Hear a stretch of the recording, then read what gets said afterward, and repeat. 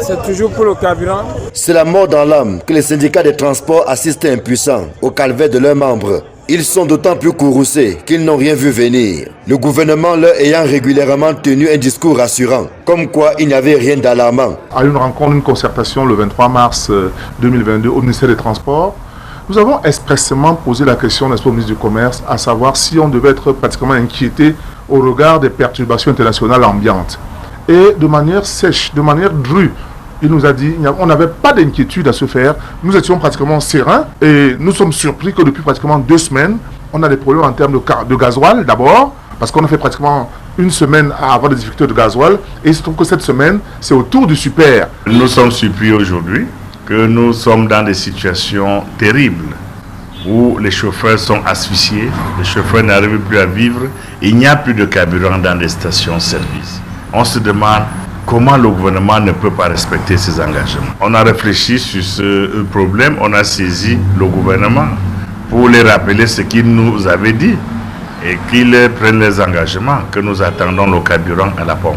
Pour les porte-paroles des transporteurs, la pénurie actuelle est inexplicable. Ce d'autant qu'il y a environ une semaine, le ministre de l'Eau et de l'Énergie a rassuré les populations de ce que la situation était sous contrôle. Malheureusement, elle est pire, aux grandes dames des automobilistes. Parce que le ministre de l'Eau et de l'Énergie a produit une correspondance avec le presse il n'y a pas une semaine, nous disant que dans les eaux camerounaises, il y avait suffisamment de carburant, il me semble.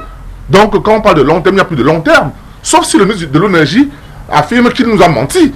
Donc pour le moment, c'est qu'on a suffisamment de carburant au Cameroun pour nous servir. On a pratiquement notre gouvernement qui ne veut pas nous écouter, qui ne veut rien faire pour améliorer nos conditions de vie, mais nous met toujours dos au mur et nous dit serrer la ceinture. Non, il y a un moment où il faut quand même qu'on arrête avec ça, parce qu'aujourd'hui, il n'y a pas de raison que les Camerounais souffrent de la pénurie de carburant, parce qu'en réalité, un gouvernement proactif doit profiter de ce qu'il a un sous-sol agréable et tout faire pour raffiner son propre carburant. Dans cette dénonciation adressée au ministre du Commerce, les syndicats demandent l'approvisionnement immédiat des stations-service. Pour eux, les perturbations observées depuis bientôt 2 semaines constituent la goutte d'eau qui fait déborder le vase, tant leurs difficultés sont nombreuses. En plus du transport routier clandestin, en plus des trous qui ont jonché toutes les routes de nos grandes cités, et en plus aussi de la concurrence déloyale qu'on vit et tout.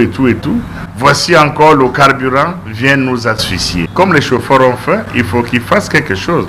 Puisque s'ils ne le font pas, ventre affamé n'a point d'oreille. On ne nous accorde même pas une priorité en termes de consommation. Parce qu'aujourd'hui, une des solutions pourrait être par exemple la priorité, n'est-ce pas, aux transporteurs des personnes et des biens. Mais ce n'est pas fait. Ça fait que nous serons obligés, n'est-ce pas, d'être dans l'incapacité de travailler et peut-être à ce moment-là, le gouvernement pourra tout faire pour nous servir du carburant. La correspondance adressée au ministre du Commerce et signée par une dizaine de syndicats nationaux de chauffeurs professionnels est un condensé de souffrance enduré par un corps de métier. C'est aussi le cri de détresse de tous les automobilistes qui souffrent le martyre depuis bientôt 2 semaines.